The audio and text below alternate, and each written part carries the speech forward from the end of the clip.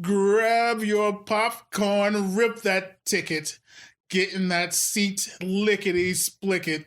Go watch a movie. Hello, everyone, and welcome to Go Watch a Movie, episode 161. I'm Kelvin. I'm Robert. Today we're going to space.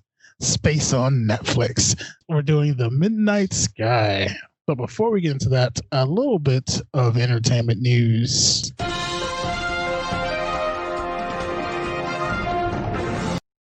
First and foremost, congratulations going to Kevin Hart.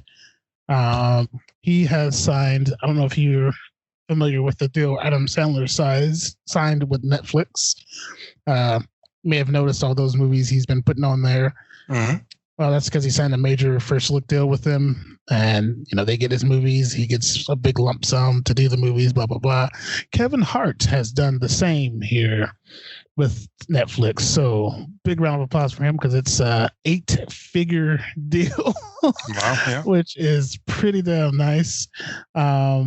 He will produce 4 features for the streaming service, and then his Heartbeat Productions label will enter into a first look deal with the company after those 4 movies. So kudos to him, finding an outlet during all this horrible time of no more theaters. Got to find a way, Yeah. And I also think maybe in the earlier days of Netflix, people would have thought this was a step down for a big star. But I think nowadays, they're reaching probably a bigger audience. So exactly, I think it's a really lucrative deal for him and other people who get on board with that. And on top of that, they just released a massive trailer showing off all the movies coming out over the year in 2021. And they have promised with that trailer to release a new movie, big movie, like Red Notice with The Rock, Gal Gadot, and Ryan Reynolds. Yeah, you know what? She said her name. I've watched that trailer a few times just because I'm trying to figure out how to say her name, and I still don't have it. She says it so quick, and you're just like, huh? She does. But yeah, so that's a massive movie for Netflix, and they said they're going to release movies of that caliber once a week all the way through 2021, which is pretty impressive if they can pull that off. I'm assuming it started with The Midnight Sky. Maybe. Otherwise, maybe they're going to start with, I don't know. Yeah. But yeah, if you haven't seen that trailer for all that stuff coming, there's some interesting looking stuff in there. I recommend checking that out. I'm curious about Red Notice. That one looks interesting. Like those 3 together. I don't know where she fits in because we've seen The Rock and Reynolds together, but I want to see her comedic chops. So maybe she'll be the straight woman. I don't know. We'll see. I feel like she's going to be the straight one. I don't know. How can you have comedic chops next to those 2? Exactly. Especially Ryan Reynolds. He's just going to chew through every one-liner you can think of in about 5 seconds without a breath. That's what he does. Moving on here. Amazon's Lord of the Ring. The series synopsis is finally here. So the epic drama is set thousands of years before the events of J.R.R. Tolkien's The Hobbit and Lord of the Rings, and will take viewers back to an era in which great powers were forged, kingdoms rose to glory and fell in ruin, unlikely heroes were tested, hope hung by the finest of threads, and the greatest villain that ever flowed from Tolkien's pen threatened to cover all the world in darkness. Yeah, so we'll see new characters and some old. I'm assuming Gandalf, but it's gonna be quite the show, seeing as how much they spent on this fucking thing. Right. We looking forward to this at all? I like Lord of the Rings and stuff, but I don't know. A prequel turns me off. I would rather see them invest all that time and energy and money in something new and then create a new franchise instead of just latching on to something else. Like I always say, I keep repeating myself, but I can't help it. That's just the way I feel. The thing about the Tolkien world, I don't know how familiar you are with other than the Hobbit and Lord of the Rings stuff. Mm-hmm. There were a lot more adventures in that world. So it's like yeah, we've seen the Hobbit story, but now this is some, like I said, we'll probably get Gandalf because he was a wizard around those times, but we're not going to get that same, leading up to this is leading up to that. Yes, the whole world kind of got involved in the Lord of the Rings, but this is, like I said, thousands of years, so this is going to be new adventures with new characters. So I kind of like that idea. But yeah. That will bring us to trailers.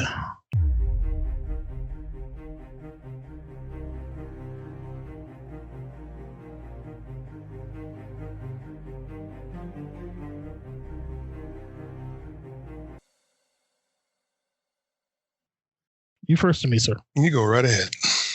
Mine is Bliss. Is that yours too? Yes. Oh, that's okay. I came prepared. Okay, you have another one? All right. So Owen Wilson, whoa, and Selma Hayek, starring this romantic sci-fi. Yeah. It's kind of like The Matrix without all the fighting, it seems. He starts having these visions of another world, and he meets this woman, Selma Hayek, and she's like, "You're real," and he's like, "Whoa, yeah." And she proceeds to show him that they live in a simulation, and he's trying to figure out if he's crazy or not, because in her world, she's a scientist who's created brain packs, something like that, and these things are to show you a shittier world, ours, so that you appreciate the real world. And while you're in this shitty world simulation, you can do all kinds of sorts of magical type stuff, make things move and that sort of thing, because it's a simulation and you are in control. But it looks very interesting. It's like an interesting movie. Sure. I'm sure everybody sees The Matrix. That's the first thing that I thought of too. Yeah. And there's something that I like about it, and there's something that I don't like about it, and both of them are The Matrix. Like, I like that it reminds me of The Matrix, but then I hate that it reminds me of The Matrix, because it's like we've been there before. So, but it does seem like it's it's far enough different, because we don't have Mr. Anderson or Mr. Wilson. Your nose looks funny. None of that's not going on.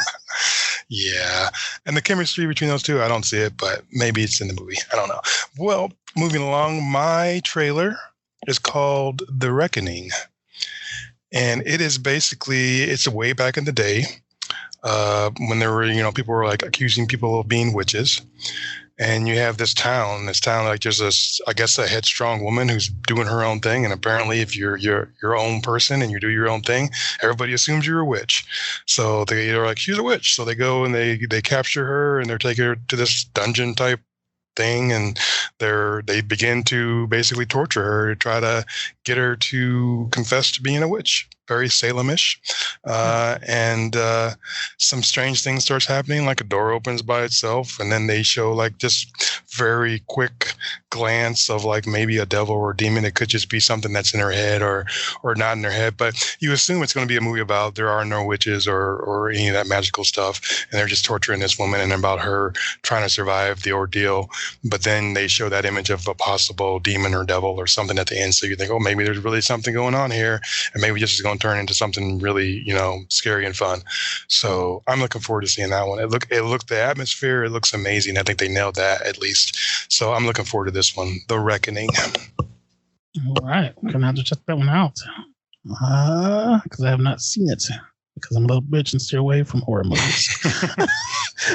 That will bring us to The Midnight Sky. Watchbot, if you would not mind. A lone scientist in the Arctic races to contact a crew of astronauts returning home to a mysterious global catastrophe. Thank you, Watchbot. Where has George Clooney been? He's been growing a beard. Yeah. He's like, well, Mel Gibson did it, and I'm doing it now too. Yeah. Man, he has had a storied career. Like he's done it all. Mm-hmm. This is like his third space movie, isn't it?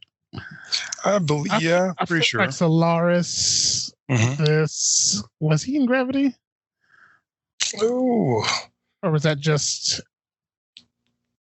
no, I don't think he was. Or was that Sandra Bullock? I'm trying to get the other guy's name, but I'm getting old, so. I'm trying to think because I know he's been in a couple.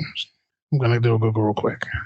He was in that old show Roseanne, if you remember that. I remember he was like the first time I remember seeing him was that, and he had a mullet, so I thought that was funny that how high he has come. Yeah, he dated her sister, right, Jackie? Yep, in the show. Yeah, and then he was in ER for a bit. He was in Gravity. You were right. Okay. I thought it was that other guy who looks just like him. But Gravity, Solaris, this he likes space. You know, Yeah. I can't knock the guy. I do too. This one though did I don't know. It felt like all those aforementioned movies for me, but I didn't feel like it did anything new. Yeah. Like down to we need to slingshot around Earth. Like that's been used so many times. It's annoying these days. What do you think of this one? I'm right there with you. I continually thought of other movies that I wanted to watch more so than this one, and then like I felt like it was really ambitious. Yeah, because it is his own thing, George Clooney. So I felt like he was really trying to drive it home, but I think he overdrove it. I think he should have shortened it by at least a half an hour. I think he should have pumped up the whole psychological vibe. I think that would have made it better. I think like more of a horror.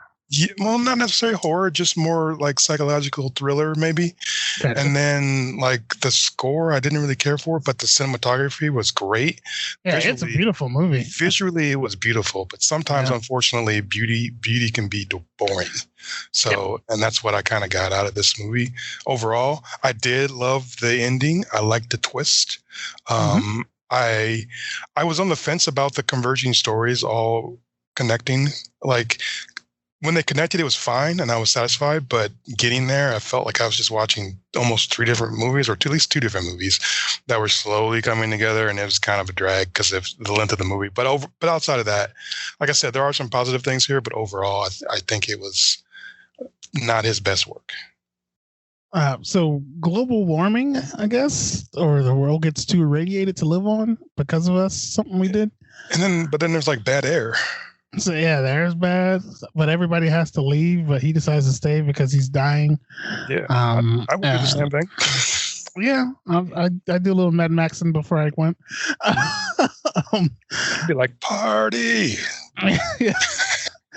But everybody leaves. Does it say where the other humans are going? Are they going to that moon, or are they just? Because they hadn't heard back yet. They mentioned at one point in the movie that some of them are still there, but underground. Gotcha. And I'm assuming some probably did leave, but I don't think there was a mass, exit of people. But I think most of them were just hiding under the earth somewhere, underground somewhere. Okay. Which is why, not to spoil the ending, but that's why those two went back to the planet, because there's supposed to be somebody down there waiting for him. Yeah. See, okay, I was under the impression. I guess I missed that because I was under the impression quite a few left. But yeah, I like that idea that and now lessons for me, because I thought he was like, man, he's standing out here by himself. He's ready to die for the planet. But apparently he's just willing to stay on the surface. Right. But yeah, I don't know. I think he did a fine job acting and everything. He's George fucking Clooney, so of course. And so with the spoilers, with the younger him, do you feel like they didn't do the de-aging thing to throw us off, like that it wasn't him? I think they should have. Ethan Peck is, he did a fine job, but I feel like they should have at least picked somebody that sort of kind of looked like George Clooney. Yeah, like because it's clear that it's him. So that's why I was like, why didn't they at least give this a shot? Like, I guess the aging it gets criticized to hell, but I don't know, man. I kind of felt lost on those things. Like I guess he sounds like. Yeah, I mean, they at least could have. I mean, at least could have tried to copy his mannerisms or something. I mean, Yeah. I don't know. I just feel like they could have done. They should have maybe picked somebody else. Do you think they were trying to hide it from us? Like, was it supposed to be this big reveal? That could have been, but I don't think so. I mean, when as you're watching it, you really, I mean, it's more than it's in your face. Yeah. Yeah, it's like right there. Yeah. But he thinks he's alone. Then he finds this little girl who has been hiding, and they do a nice little setup there with that. The parent, the woman who's leaving the station, it's like, "Have you seen my daughter?" or whatever, and it's like she's already on board. So they kind of do a nice little, once again, spoilers, a nice little hint to throw you off the scent that this may be that woman's daughter who actually wasn't on board. Winky face. But yeah, he does a scan to see if there's any ships out there left. And I guess he comes over the one that's coming back from the planet he discovered, the moon he discovered off Jupiter that's inhabitable. Yeah, I don't know. Like, how did you feel about the crew? You know what? That's one of the things that bothered me was the multiple stories. Like I connected with Augustine, with George Clooney's character and the little girl. I mean, especially with like the pea scene when they were like flicking peas. I better like explain that one really quick. When they were flicking peas at each other, like playfully. That was. I mean, there's certain scenes with them that I connected with, and I felt that warmth that he was trying to bring out of the movie. But then you go with these guys up in the spaceship, and I didn't connect with anybody.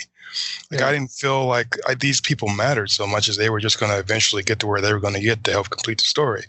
And they even had a pretty, good moment with Tiffany Boone's character. What was her name? Maya. And where she's explaining, like they're sitting in this virtual reality type thing where they can kind of visit with their family and feel at home when they're out in space. And she was explaining to everybody, and it didn't feel like it went on too long, but it was obvious that they were setting that up so that you felt something for that character. Yeah, it didn't work for you. So because something bad's going to happen. Ever since Walking Dead, everything all of a sudden, something bad's going to happen to somebody if you like them.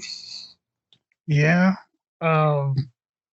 I guess, I wanted to care about those guys as well. I did feel for her though, and I don't know if it's because she was the youngest. I definitely didn't connect because of her bullshit. And this cat always liked me. It's not because she's adorable. She is adorable, but I don't know.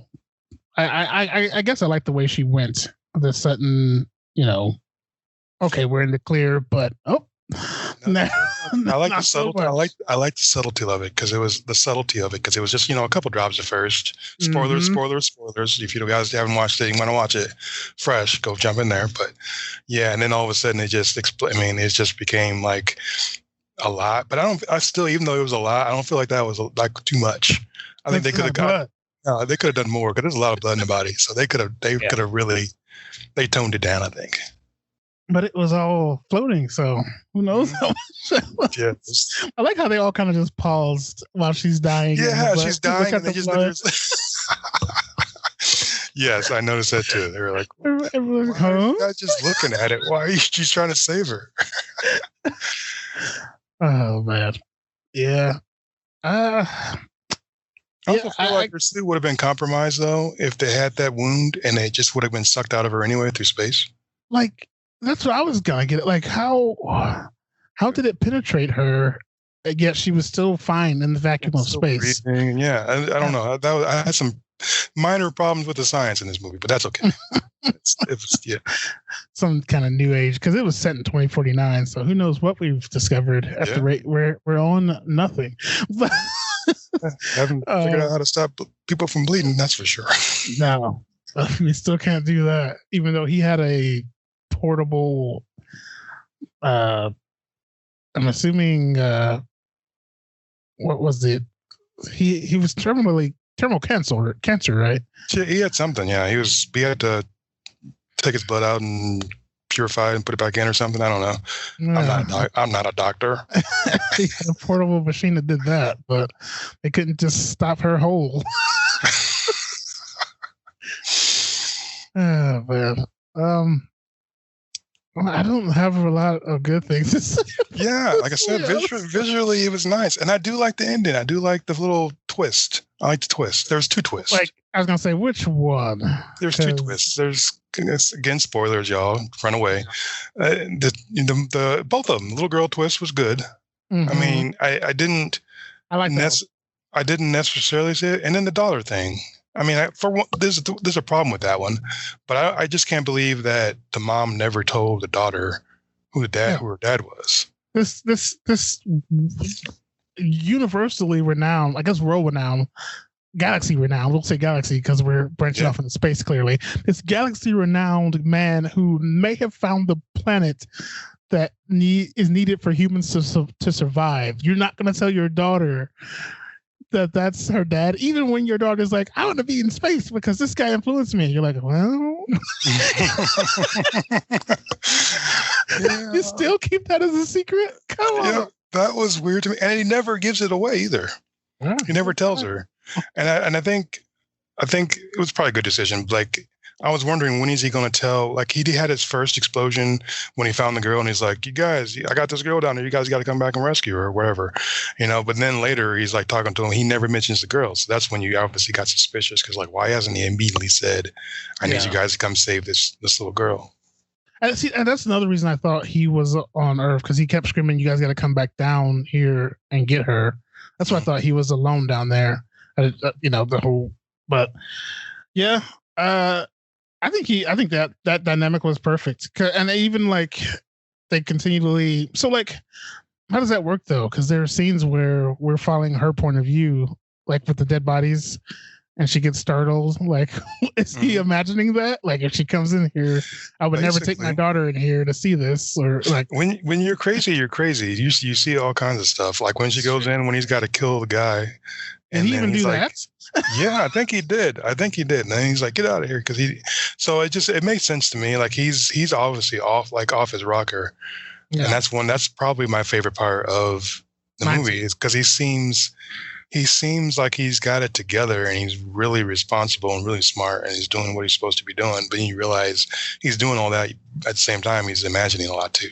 So, do you think he was down there longer than 10 days? They made it had to have been longer than 10 days. Yeah. I mean, for somebody to Wilson, like, to go Wilson, you know what I mean? It's like, know, who knows? Yeah. Yeah, I guess that, like, looking back, not while it's happening, oddly enough, but looking back, that is the most interesting threads of this movie is its psychosis. Because the space crew had nothing for me. No, they were fun. Like, we got a nice little sing song. We got that, and you know what? I didn't know that. I didn't know that song. I didn't know the song either until they got to the chorus. I'm like, oh, of course I know it. And it's like, so I was right there with my. I'm like, what's this song? I don't know this. Touching me, touching you. Yeah. Yeah. I don't know. Like I. What do you think about the Adam and Eve thing? How's that gonna work? Yeah, I don't know. I mean, it's. I did one thing I did love is, well, I guess it's just us now, and they hold that scene, the shot of these two just sitting there. Buttons. Like they just sit, before they start pushing buttons, they just sit there for a while and kind of look apart, look away, like, fuck, it's just us now. It's just realization of, wow, it's just us. And then they just kind of snap out of it and start pushing. They forgot about the baby. Yeah. But you're gonna have to have some more to repopulate the Earth. But there's people on that moon though already, right? Because they were like talking about how great it is. It's like there's got to be, isn't there? Apparently you had to get terraformed or something. I mean, maybe there's more people out there. I don't think there were anyone on that, because she said, what did she say? Somebody said something. Let's see. One of the crew guys was like, we went out there to see if it was inhabitable. Oh, the captain. He's like, we answered all the questions. Is it inhabitable? Inhabitable? Can we live there? And now the only thing that exists is the silence. So I think they were the first ones there to see if we can. But yeah, I mean, like, do they go out and find the other humans? Will they even make it back to that planet? Because their ship got pretty jacked up. But the old space slingshot technique. I wish how many space movies has that been done in? Well, I guess when you're in space, you got to do a lot of slingshotting. You want to get somewhere. Makes me think of Ricky Bobby slingshot engage.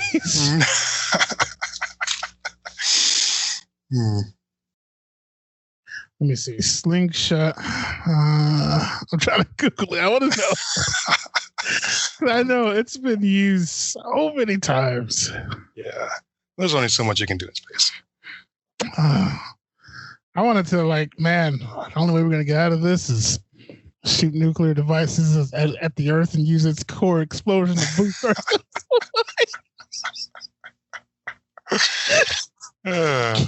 Killing the millions left.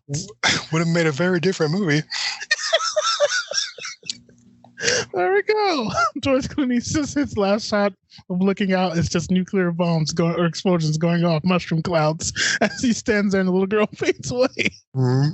Credits. Okay. I'm sorry.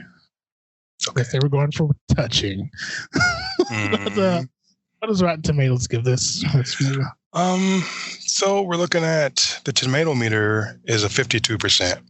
Nice green splat. I kind of anticipated that.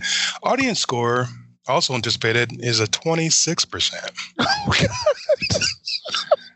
So I think it has to do with the length. I really do think it's the length. If they would have shortened it and then cut out some of the space cruise stuff, just concentrated on that psychological thriller aspect that was kind of hinted at, I think he would have had a better piece.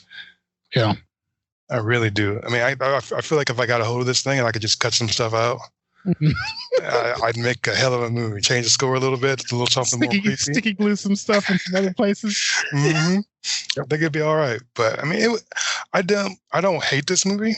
I don't think it's like 26% worthy, like that bad. But I mean, I'm on board with the critics more so. It's like it's a 50-50 for me. It's like, I mean, this is a slow burn. I think it's time. Normally, I've been saying, well, it's a Netflix movie. Watch it if you want. It's there. But with them announcing that they're going to release a movie every week, it's time to get real. I felt nothing for this film. Nothing. I was watching it. I was like, meh. Yeah. So I'm going to say no go watch for me. Yeah, I'm on board with you. It's not my first choice of things, and I feel like if you skip it, you're not really missing anything. There's better things out there to watch. There's just so many better space movies that have similar things going on. So yeah. Yep. Well, sorry, The Midnight Sky. Yeah, sorry, George. Go find Roseanne's sister. Console yourself with all your millions of dollars. Yeah, you'll be okay. Yeah, he's fine. Well, yeah. Let us know what you thought about this one. It pales in comparison of last week's film, The Shadow in the Cloud.